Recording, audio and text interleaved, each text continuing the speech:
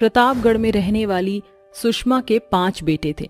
सुषमा ने अपने 5 को खूब पढ़ाया लिखाया था। एक सुबह जब सुषमा कहती है, यही सही समय है, मेरे 5 पांडव एक साथ मेज पर जुटे हुए हैं, इससे सुनहरा मौका फिर नहीं मिलने वाला।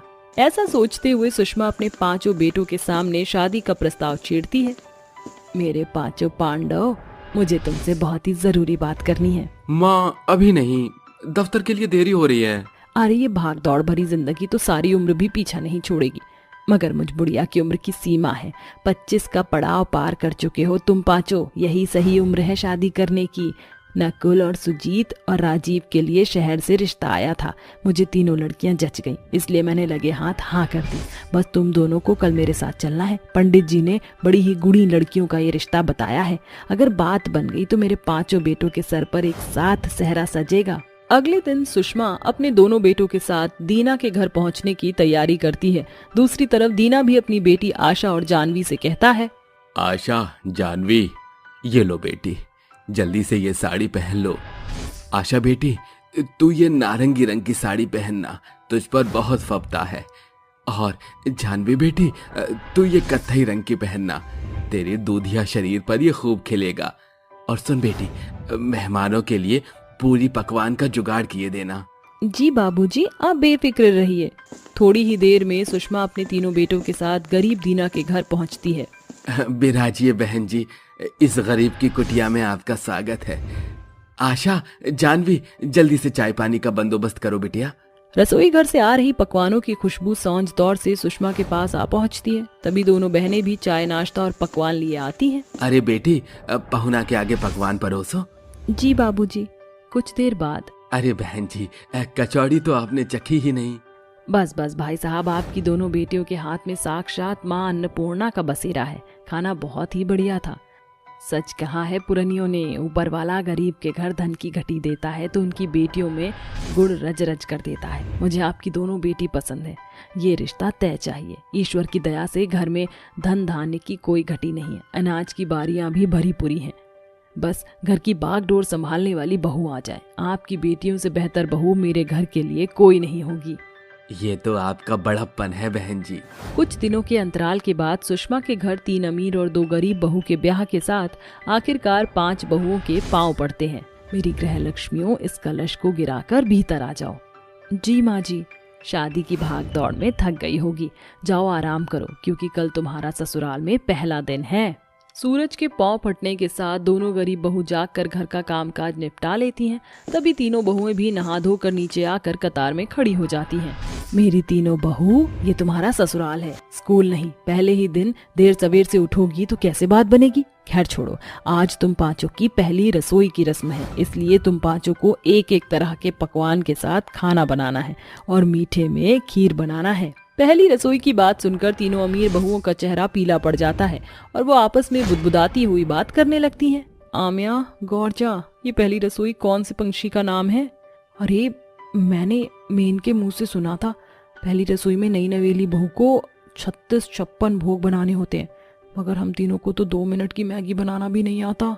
Just chill ladies, I have a one solution. हम खाना पकाएंगे नहीं बल्कि मंगाएंगे। जब जोमेटो है साथ, पैसा है पास, तो कर लेंगे कंप्लीट हर एक टास्क। इस तरह तीनों बहू अपनी अमीरी के बलबूते पर जोमेटो से ऑनलाइन अलग अलग तौर की वैरायटी का खाना ऑर्डर करती हैं। वहीं दूसरी तरफ दोनों गरीब बहू बड़े लगन से पहली रसोई की रीत को पूरा करने में जी जान से जुटी होती हैं। जी, मैंने मीठे में खीर बनाई है और खाने में छोले पूरी। आशा, मैंने मीठे में हलवा बनाया और माँ जी के मनपसंद कोफ्ता और कढ़ी भी बनाया है, बस चावल में तड़का लगाना बाकी है। फिर एक साथ सभी को मेज पर खाना परोसेंगे। कुछ ही मिनटों में तीनों बहू का ऑर्डर किया हुआ खाना आता है। तीनों बड़ी ही सफाई से खाना ले आती हैं। तभी दोनों बहू पहली रसोई में बनाया हुआ खाना टेबल पर परोसती हैं। अरे बहू, खाने की खुशबू तो बड़ी ही लाजवाब आ रही है, जरा जल्दी से परोस दे, सब्र की पाती साथ छोड़ रही है। ये लीजिए माँ जी, सब कुछ आपकी पसंद का बनाया है, शुरू कीजिए। सुषमा ने खाने का पहला कौर उठाया ही था कि उसकी तीनों बहू से रोकती हुई कहती है, रुक जाइए सासू माँ, सबसे पहले आप अपनी 3 बहू के हाथों का खाना चख कर देखिए। मगर तुम तीनों किस लापता गंज में गायब थी? रसोई घर में तुमने लात भी नहीं धरी, तो ये खाना कैसे बना? माँ जी, माना कि हमने रसोई घर का रुख नहीं किया, मगर रस्म तो हमने पूरी कर ही दी। माँ जी, ये घर का घास फूस तो साल के 365 दिन खाना है, इसलिए आज हमारा मंगाया महंगा खाना खाइए। इस तरह सुषमा की तीनों अमीर बहुएं बारी बारी से अमीरी का घमंड झाड़ते हुए उनके बीच खाना परोसती हैं। उसी दौरान दोनों गरीब बहू भी अपने हाथों का खाना परोसती हैं। तभी सुषमा बड़ा बेटा आनंद, जानवी और आशा के बनाए खाने का कौर खाकर कहता है, ओए होए, मजा ही आ गया माँ, क्या लाजवाब खाना बनाया है आशा और जानवी ने, आप खाकर देखिए। ऐसा क्या, वैसे खाने की खुशबू तो मुझे कब से अपनी ओर खींच रही है। सुषमा अपने पांचों बेटों के साथ गरीब बहुओं का बनाया खाना खाते हुए उनकी सराहना करती है, जिसे देखकर अमीर बहुएं कुड़ते हुए कुड़कुड़ाने लगती हैं।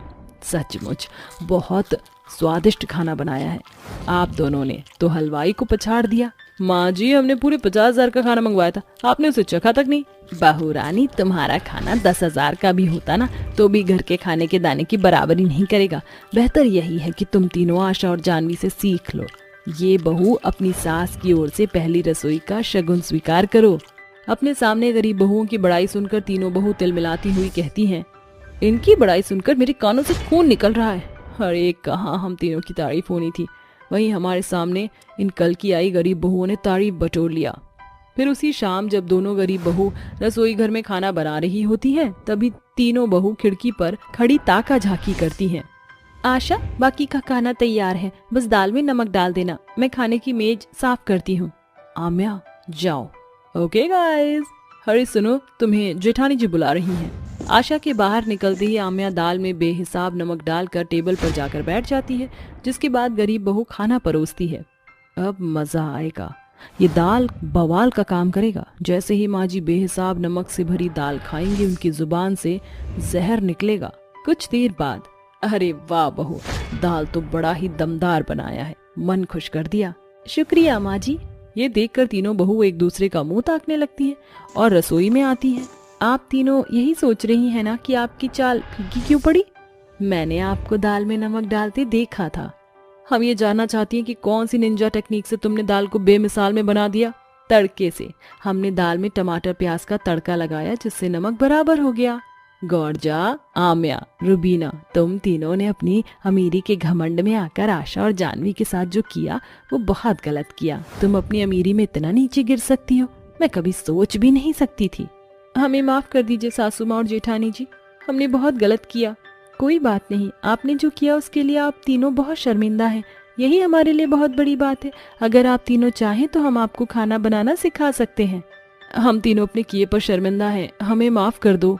इस तरह अमीर गरीब बहू के बीच सम्मति का गढ़ स्थापित हो जाता है और दोनों गरीब बहू के बदौलत तीनों बहू खाना बनाना सीख लेती हैं, जिसे देखकर अंत में सुषमा कहती है, आखिरकार सुषमा की बेढंगी बहुओं में संजीव कपूर की आत्मा सवार हो ही गई।